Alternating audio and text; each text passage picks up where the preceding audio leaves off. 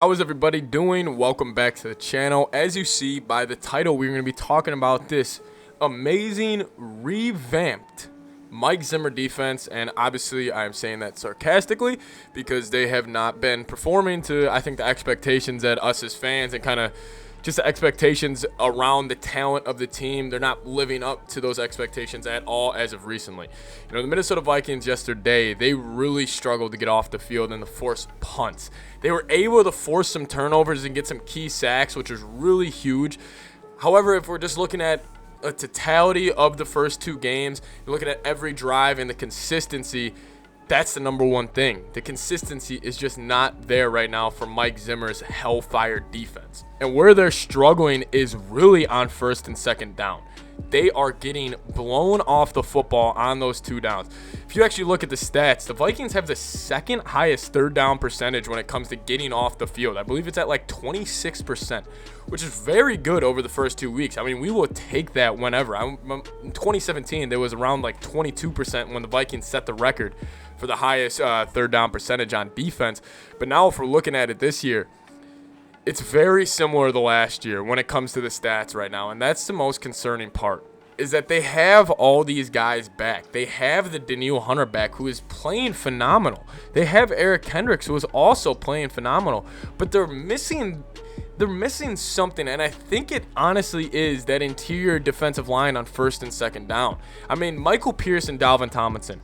Starting with Pierce, he's been great. He's made splash plays. I have really nothing to complain about with him. But when it comes to Dalvin Tomlinson, you know, you bring this guy in and you have expectations for him. He's getting $10 million a year. I think his contract was it's like 2 for 21 or 22 million. So he's getting paid a fairly good amount for a D tackle. It's in the upper 50% of the NFL, and we haven't really seen his impact. Frankly, I don't know how the Vikings are giving up the amount of rushing yards they do on first and second down, considering the talent they have on the D-line and at the linebacking position. So if that's the case, I'm going to automatically go the scheme. I'm going to automatically think about why are the Vikings so talented in the front seven, but they are constantly giving up 5 yards on first down, 6 yards on first down, where you're allowing the offense to get ahead of the chains, and then it's making those second down plays. I mean, they can just open the whole thing up. I want to know a stat on the Vikings comparison to other teams around the league when it comes to those second downs, because I guarantee you they might be giving up the most yards per play on first down, or at least that's just what it feels like when we're watching the game. If you look at the numbers this year, it does not look good. They're giving up around 30 points a game right now, and they're giving up over 420 yards of offense. I mean, for a revamped defense, that's a lot of it's got to fall on the defensive-minded head coach that we say Mike Zimmer is. And I don't know if the NFL has caught up to Mike Zimmer. I don't know if maybe this is he's not really adjusting with the times, as we see a Bill Belichick, as we see a Nick Saban in college, as some of these defensive coaches. Is Mike Zimmer just not adapting to the new NFL, where it's more of a spread look and it's more of a college offense type of league? Or is this just the players not producing?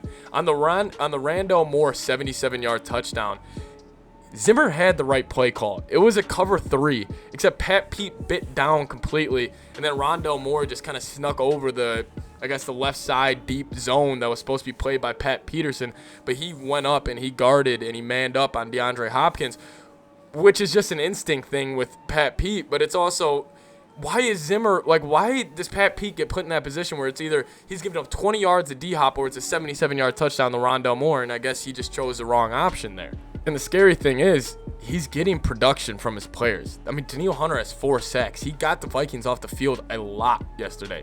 He put the Cardinals in some serious bad positions.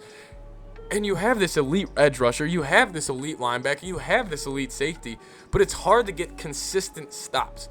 That's the thing about NFL defenses nowadays. Really, you don't expect anybody to hold a high-powered offense under 20, but it's about getting those consistent stops when you need them the most, and they've kind of failed to do it. They kind of failed to have that boot on the throat mentality on the defensive side of the football, and especially watching the past 2 weeks, Dalvin Cook's been getting his ass kicked. The Bengals hit him hard, and the Cardinals been hitting him hard. The Vikings don't really hit hard. they don't really tackle hard. They don't really finish their hits like these other teams in the league. And that's not even a scheme thing. I think that's just that might be a mentality thing where, Mike Zimmer, he asks a lot of the guys on defense where they're thinking a lot and they're using the brain to kind of, it's more of a mental side of the game that Mike Zimmer really excels in. It could be a physical side where Mike Zimmer isn't giving them that mentality where we see a Pete Carroll give the Legion of Boom back in the day where say we're hitting, we're playing physical football, or like the Mike Vrabel type where it's like, yeah, we're getting downhill with Derrick Henry and we are bullying you. So Mike Zimmer, this is your chance right here. You got everything you wanted on defense. I'm sure you would have loved more, but this offseason was dedicated to one side of the football, and that's the side of the football that is struggling. The Vikings are playing good football in spite of their head coach slacking right now. Mike Zimmer has not had a control on this team, on this defense for a while. We have a defensive-minded head coach where our defense is our weakest link right now. And you have two great opportunities at home versus the Seahawks and versus the Browns, and especially that game versus that Browns. Zimmer, if you need any motivation going into these next two home games, you have a coach in Kevin Stefanski waiting over there in week 4 because he was the one that was under you, and they didn't give him the head coaching job, and he went somewhere else, and he just won Coach of the Year. If you need any more motivation to come up with a game plan for these next 2 weeks and possibly save your job, I don't know what else you need. Vikings defense, it's struggling. Another player that I'm going to harp on a little bit, Bashaud Breeland. Zimmer, I don't know what to say. Do you really think Bashaud Breeland's better than Cameron Dantzler right now at this point?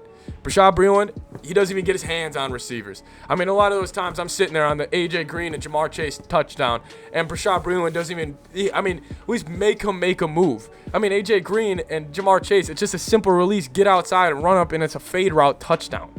Or the A.J. Green touchdown where Bashaud Breeland just playing 7 yards off, not playing physical football, making quick moves, and he's in the end zone.